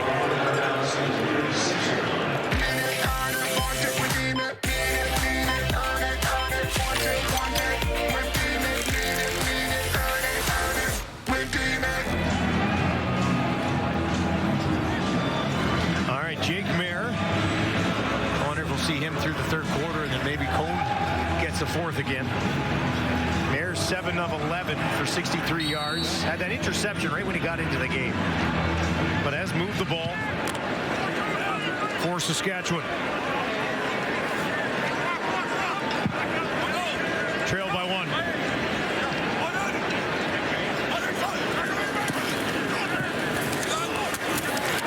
Quick completion. This one into the hands of Sean Bain. That's his first catch of the ball game. All those years that Calgary fans wanted Jake Mayer to lead them to the playoffs and the promised land. Big year in a home playoff game. And now the Calgary fans are hoping Jake Mayer can lead them with a win here tonight to a home playoff game. Jake Mayer do a favor for his former club if they can get the job done here. Go on the ground this time, Bertrand Houdon. And he's going to be spotted short of the first down. About by a yard, so it'll be 3rd and 1. And Cone quickly off the sideline and into the game, and they'll try to push it ahead again. Went off the right side when he was stopped by the Lion defense. It was Hayden Harris who hit that timing real nice. He could stagger his snap count too. That helps to slow the defensive line from just, you know, anticipating the snap count and getting low leverage here. Can BC's defense find a way to get the ball back again? Cone pushing it ahead, straight up, spin move will be enough. That'll be a first down for Saskatchewan inside 2 minutes here in the 3rd quarter. Interesting little bit of motion in the backfield behind Cone on that. And just to make you think? Yeah, to make the D-line and maybe a linebacker take their attention for a split second and then snap the ball. And that keeps you a split second behind the jump there. It also may cause a defensive lineman to jump off sides, and then you get the freebie.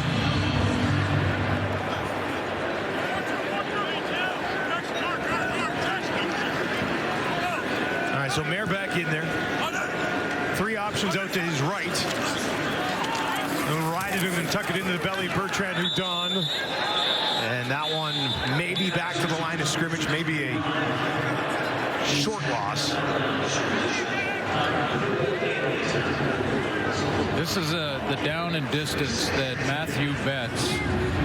I think he goes into a different beast mode type of thing. 2nd and long, go get it. 2nd and long. Give me the call from the sideline, coach. As soon as I know what my assignment is, I'm locking in and getting after it. 14 sacks on the season, 9 over a red-hot 3-game stretch. Mayer taken off. Betts trying to track him down. And they'll get there, but I think Jake got enough. If not, he'll be just short. A good pass rush, and Betts is going to get a little extra attention.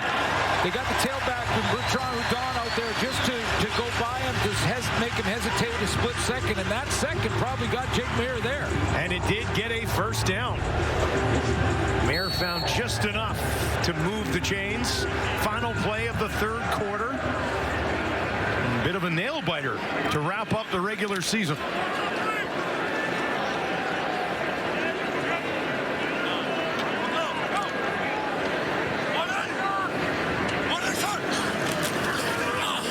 This time, Bertrand Houdon wrapped up immediately. Always came flying in there as well. Friendly fire on Josh Woods, who already had him taken care of. 3 quarters in the books. BC Lions trying to wrap up home playoff dates. They're being tested by the Riders. It's 19-18 for the Lions.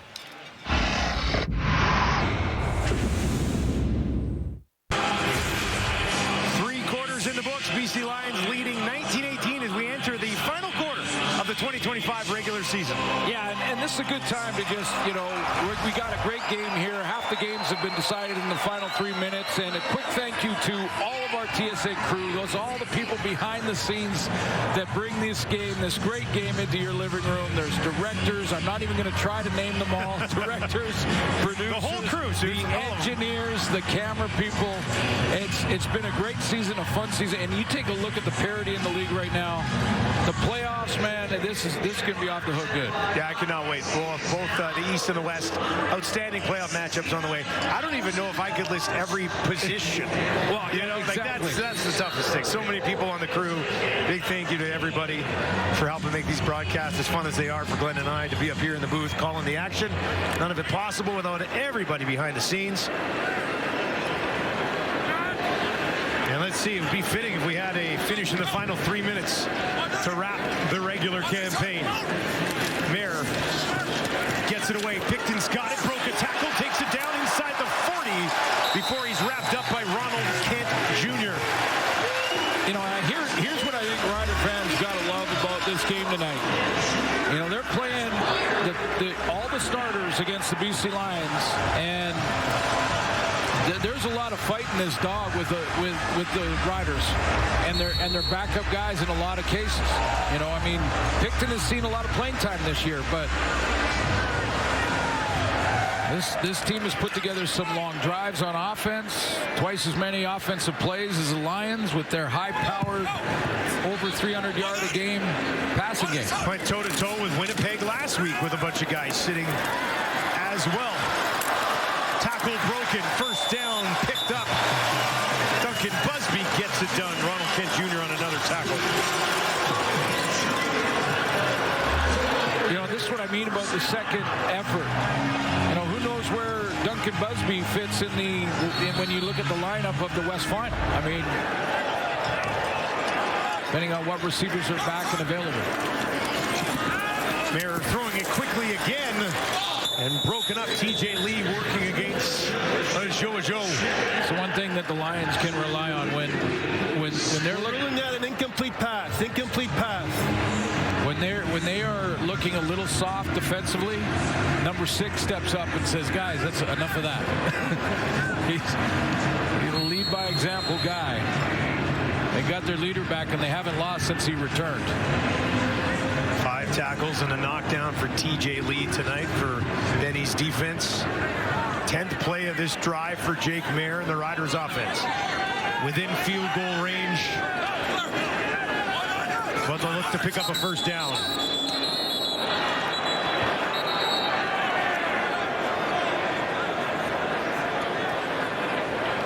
Unable to get this ball snapped. Is that a timeout call? Ruling on the field is timeout, Saskatchewan. Yeah. Looked like Corey Mace got word of something that wasn't working together. TJ Lee, when he came back, his teammates, starting with Gary Peters, one of his best friends, said, our leader is back. And when you look at those numbers and the names on this list, the BC Lion leader is back in the locker room. And it is not a coincidence that they've been on a winning streak. Sometimes that one little catalyst is the difference maker, and TJ Lee has been that guy. Yeah, this is not a guy who's played 10 years somewhere else, and they're trying to bring him in. This is a guy who played a decade with the BC Lions. Pressure, Mayer in trouble, and it is Betts. Came out of nowhere, didn't he? 15th sack of the year for Matthew Betts. Yeah, it's second and long. When it's second and long and he gets into that sprinter stance, he's fighting through the chip from the back, out of the backfield. He's going one-on-one with Peyton Collins, who is trying to find him, and arrives in Jake Mayer's kitchen real quick. All right, so a chance for the lead for Michael Hughes. He's 1 for 1 in his CFL debut. This is a big chance for him to prove himself here. A 42-yarder. Ball's been popping off his leg pretty good so far tonight.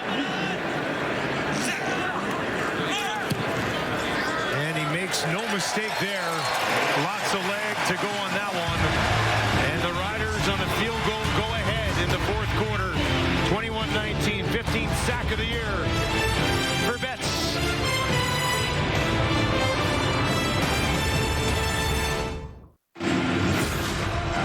Well, just a few moments ago, Matthew Betts, sack 15 on the year. Here's a look at the Lions award winners. Yeah, two-time award nominee Nathan Rourke in both the Outstanding Player and Canadian department, and then Matthew Betts on defense. No-brainer there.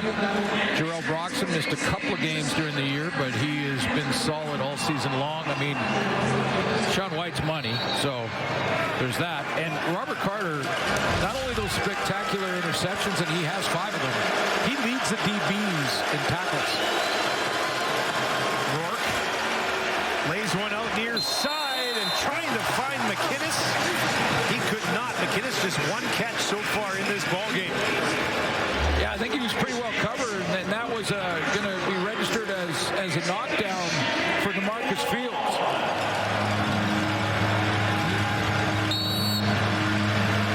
Basically right there, stuck the hand out, and you know he got a ball call from his teammates on the sideline. That was right in front of the bench.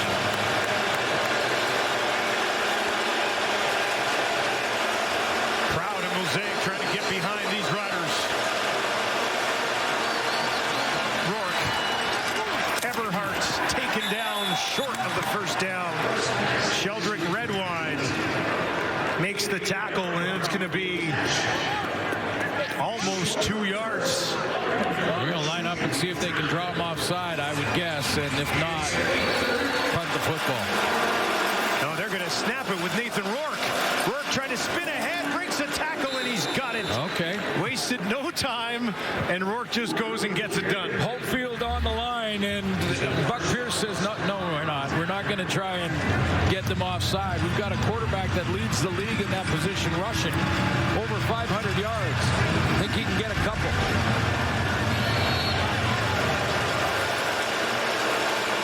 Butler stands directly in behind Rourke. Rourke quickly to the line with a few instructions.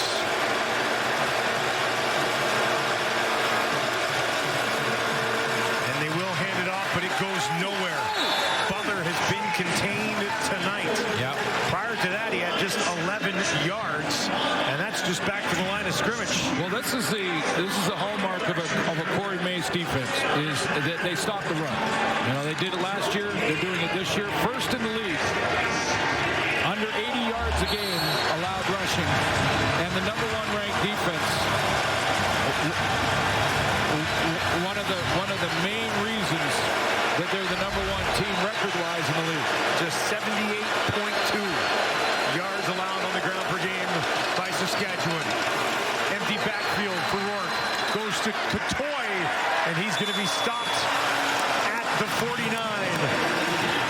That's a 52-yarder. 51-yarder. Now it'd be be about a 55, 56-yarder. Oh, you're on the wrong side, yeah. So it will not be a field goal attempt at all. They will punt it away, play the field possession game. Bain goes back to return, not Alford.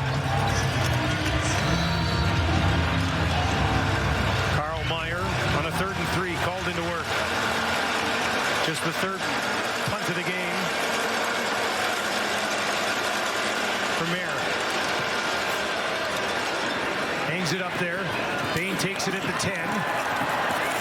And he'll be wrapped up and taken down immediately. Poisson with the special teams tackle. And we've got an excellent finish coming up at Mosaic Stadium.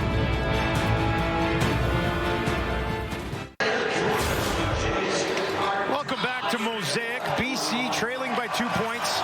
Here's another look at these playoff scenarios. Well, the BC Lions win. They host the semifinal versus Calgary. If they tie tonight, then BC finishes 3rd. And if they lose this game tonight, Saskatchewan, if this score holds, then they will cross over to the east. And Winnipeg will go to Calgary. We got just under 9 minutes to figure out exactly what this playoff picture is going to look like. Here's Mayer, gets it away. Joe's got it. And he's got a first down for Saskatchewan. A drive starter from Joe. Well, there's a lot of traffic in there and pretty good coverage on the run from Joe here on this crossing route.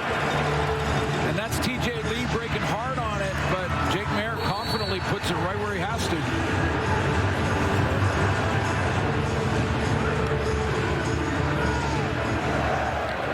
A lot of white or off-white grayish jerseys in that area. Second catch of the game for Joe. Now they'll toss it to him. Turns it upfield. Looked like he ran out of room on the far side where he wanted to stretch it out. Leading tackler just registered another one. 110 tackles coming into this game. I know there's a bunch more tonight, including that one. And he doesn't just tackle you. Yeah, he hits you. Yeah, he's a thumper. Got 3 tackles so far tonight. Adding on to that total. 2nd and 8 for Mayer. Bertrand Houdon stands into his left. Lions, they only send 3. Mayer gets it away, and that is broken up. Big play made there by Bridges, who's starting tonight in place of Gary Peters, who was a game-time decision. That's a good break over the top, and the guy that, when Gary Peters couldn't go, he was game time all the way up to warm-up tonight. It was Bridges. Played pretty well against the Lions, and then ended up one. Often that happens, by the way. Get 2 interceptions against the team, they sign you later in the year. Well, you have a good game against a team, or you continually play well against a certain team, and then in free agency they go, you know what? We're tired of this. Come take notice of that. Yeah, right? Come and play with us. McGee hustles over, takes this at the 25. Good burst. So you're going to say he stepped out of bounds at the 37. Nathan Rourke in an offense that's been fired for the second half of the year, trying to find a way to a home date. But will there be enough road for the BC Lions tonight? Or will that road take them all the way out east? I'm impressed with the Riders here tonight. They know that they're going to be hosting that West Final, but the guys that they dress tonight playing outstanding. Rourke under pressure again. He's got to take off. Now he wants to throw. And he has a quick completion to McInnes. One of the weapons that they haven't really taken advantage of tonight has been either James Butler or the combination of Butler and Xander Horvath. Largely because of the Saskatchewan run defense. So it's scramble mode, but looked kind of dangerous when they got Rourke on the run. 3 to the left, 3 to the right for Rourke. Finds Catoy, and Catoy has a first down for the Lions as well. Miller there on the tackle for the Riders defensive unit. Zone drops. Rourke with the lightning recognition and Bennett.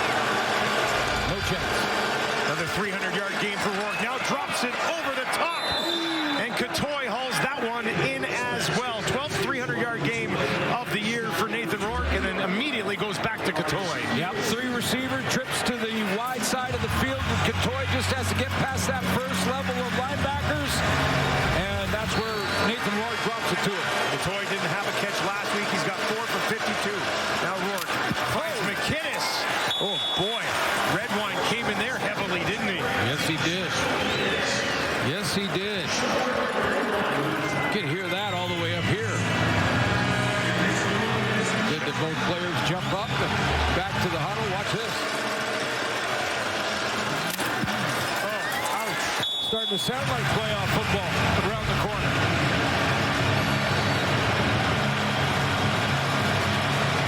Got 7 yards.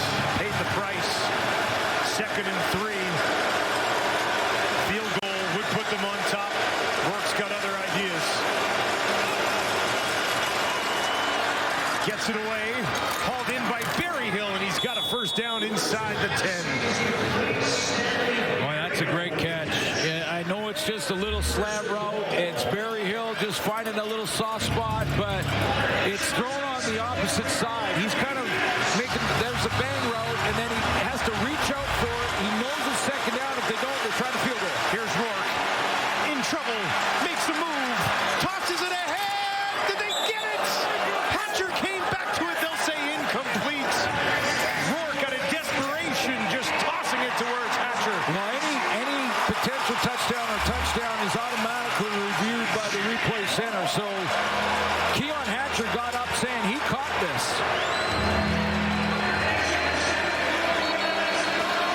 He's saying he caught it. Since this is a potential scoring play, the replay center will automatically review this last play. Automatic review. Well, they're going to take an automatic look at it, as Suk said.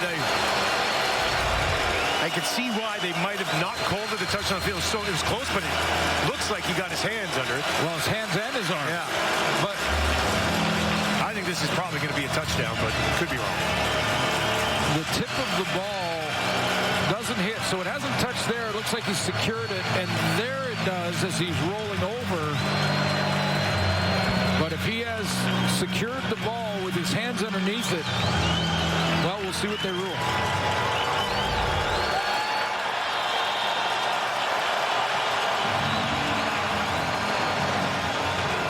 Great creativity from Nathan Rourke as he scrambles out of the pocket, finds his favorite target. Is it a touchdown? Let's find out.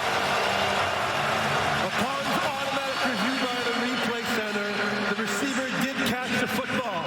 Therefore, the ruling on the field is overturned. Touchdown, BC. Hatcher's got it from Rourke.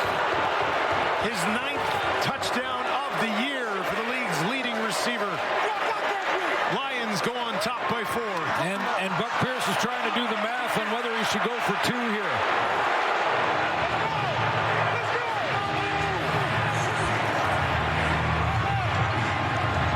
But yeah, that's a little playground ball right there. Scrambling around, keeping the play alive, and then finding his favorite target with that underhand toss for the touchdown and to take the lead. Well, and a great job by Hatcher coming back to that football and securing it. Yeah. Outstanding catch. Sums up his season nicely. They are going to go for 2. Up by 4. They will go up by 6 if they can get it. Riders defense has found a way most of the night. Rourke. Far side. Drops it in there. Hatcher again. Got it. Wow. Held on to it under pressure. And one of the most dangerous men in the league comes up big. That's pretty well covered on the outside. Quick out from Hatcher. And the concentration by Hatcher over that left shoulder. Reaches back, and let's go back to the 2-point from different angle. Right at you in your living room.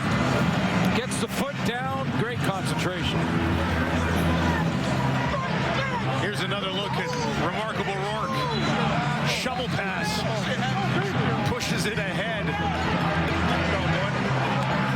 Well, the only reason that when you saw the official waving it off, the only reason that I thought was how the conviction from Keon Hatcher when he got up. I mean, he got up and he ran towards the sideline, BC sideline, trying to get his coach to challenge it. He was like, come on, I made this catch.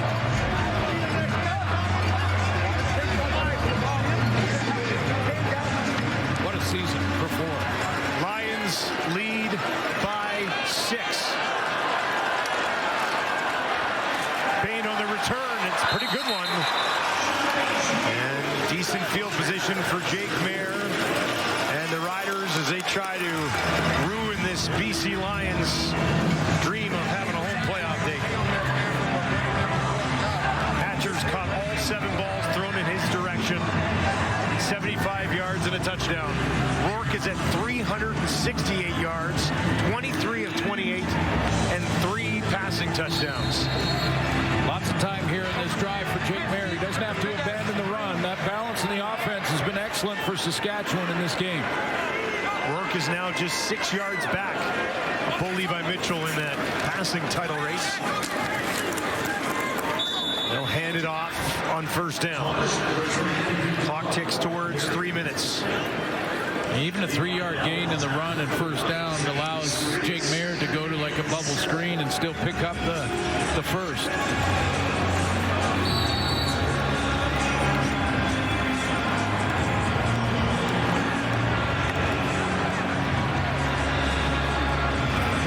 Saskatchewan 6-2 at home this year.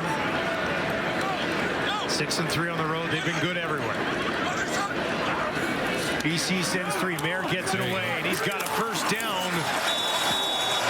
A little bit of zip on that one. Goes back into the reliable waiting hands of Tommy Neal. Inside 3 minutes at Mosaic. Good finish coming up here in Regina.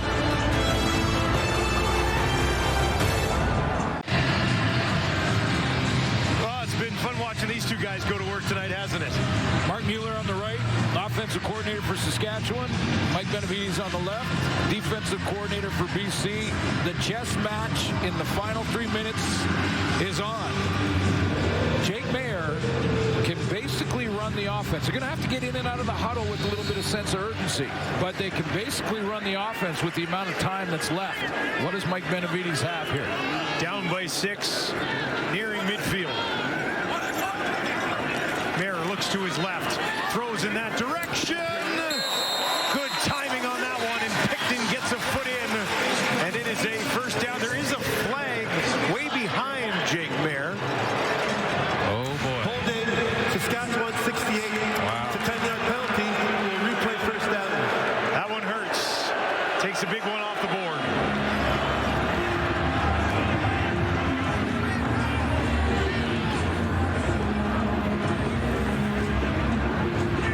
See the matchup. Yeah, that's an inside pass rush move by Dwayne Hendricks. And holding on Noah's Earth. So 1st and 20 now for Mayer. Lions send 4. Dumps it off Bertrand Hudon. Can he make a couple of guys miss? He does. Pushes it out almost to midfield. Got the penalty yards back and then some. And a second and reasonable coming up for the Riders. Passing down, but again, the extra couple of yards just opens up another page in the playbook for Mark Mueller.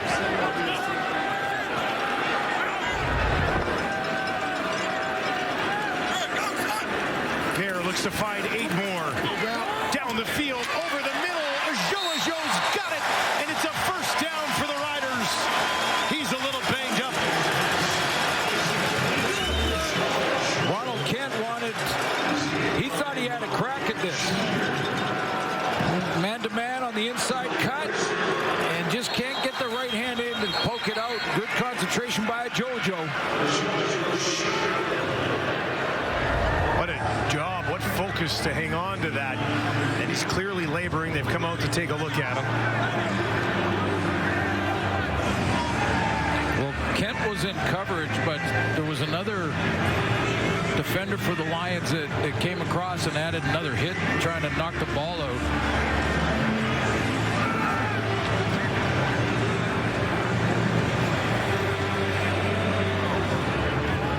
May have been linebacker Ben Hladek.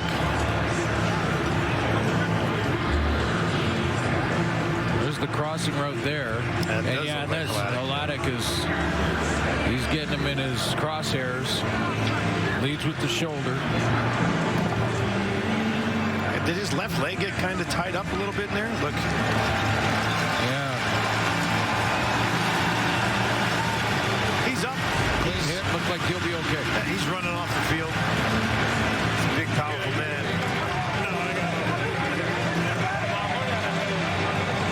Got the first down, kept this drive alive. And the Riders are making things extremely interesting at Mosaic to wrap up the regular season. Playoff positioning with less than 2 minutes to go in the season. Yet to be determined. Mayer over the field, down the middle. And I don't know if Duncan Busby held up for a little bit, but he wasn't at that ball. Yeah, I don't know if he held up or if maybe Jake Mayer was kind of thrown off his back foot here. It looked like it was a little bit of both. Came out of that break and he just missed him a little bit long, but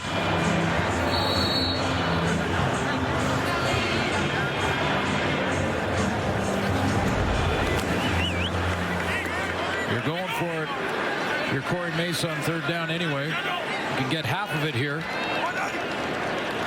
Bertrand Udon clears out. Mayer gets it away, and they did get about half of it. Schaefer Baker right up in the face of Awe. Don't want to take a penalty. And we'll get a third down mid-range here for Mayer and the Riders. And it comes down to this play. BC Lions defense trying to get off the field and maybe back home for a playoff date. Here comes Alway. There. They're going to bring a bunch. Jake gets it away. Incomplete. Turnover on downs. And the Lions defense holds strong. Jackson Finley is going to add in from the free safety. So Mike Alway comes up. There's Finley. He's coming on the blitz. That's Alway. They're sending the house. Corey Mace is challenged. Well, I think he challenged when TJ Lee put his hands up in the air. Usually when a DB does that, there's some you want to take a look at. Saskatchewan is challenging the last play. They believe there should have been defensive pass interference against their receiver number 89. The play will be reviewed. Corey Mace not going down with a challenge in his pocket.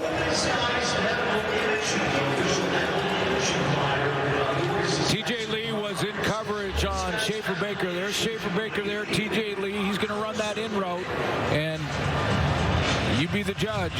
Is this enough for pass interference? Slight bump.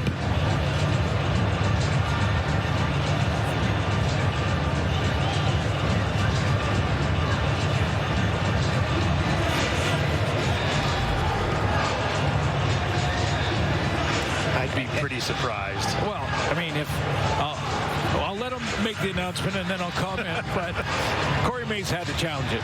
It's third down. Upon further review, the ruling on the field stands. Saskatchewan loses their challenge and their last team timeout. I think you could tell from Mace's reaction he wasn't expecting anything. No, exactly. And, I mean, if that's pass interference, let's take the pads off, put flags on, and we'll just... Which is also a fun game, but an entirely different sport. Tons of fun, but completely different.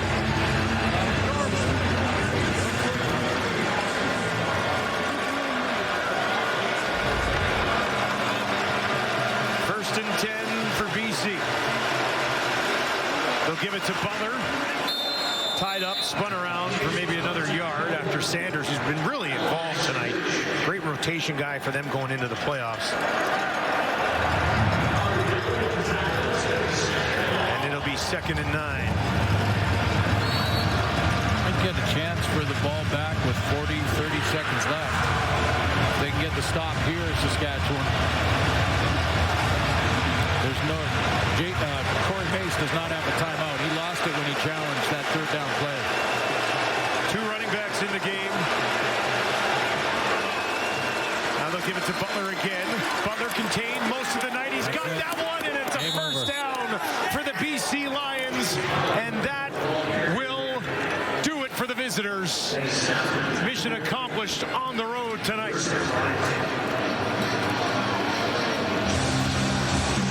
Big block from Justin McInnes. It's going to be off the left side offensively. Stop it right. McInnes comes up right there with a nice block to seal any type of scrape from the linebacking core. And he gives his teammate, James Butler, the edge.